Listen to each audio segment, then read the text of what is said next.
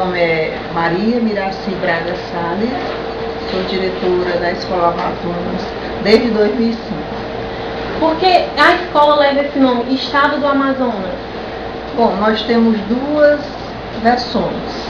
Na realidade, nós já levantamos isso e não conseguimos dar uma resposta concreta.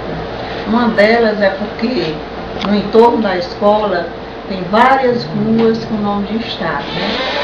E a outra história é que o estado do Amazonas doou os recursos para que essa escola fosse construída.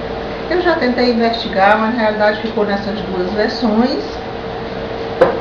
E a gente escreve na história da escola como que a gente escutou das pessoas que vieram, né? Quando surgiu a escola e quantos anos tem a escola?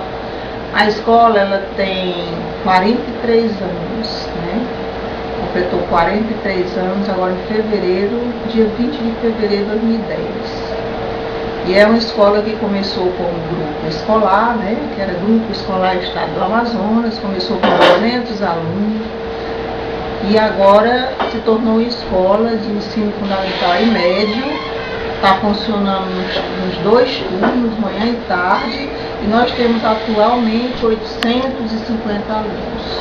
Certo. E quem foi, quer dizer, quais foram os diretores e quantos foram eles que já passaram por aqui?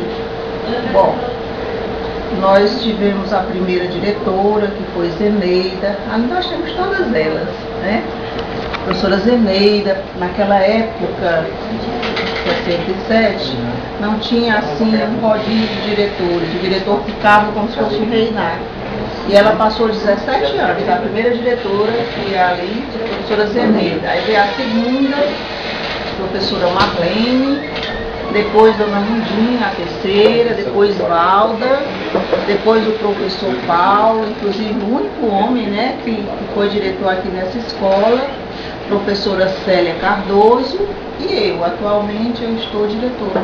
Certo. Nós sabemos que aqui na escola tem um programa chamado Mais Educação. O que é o projeto Mais Educação? Na realidade, não é um projeto.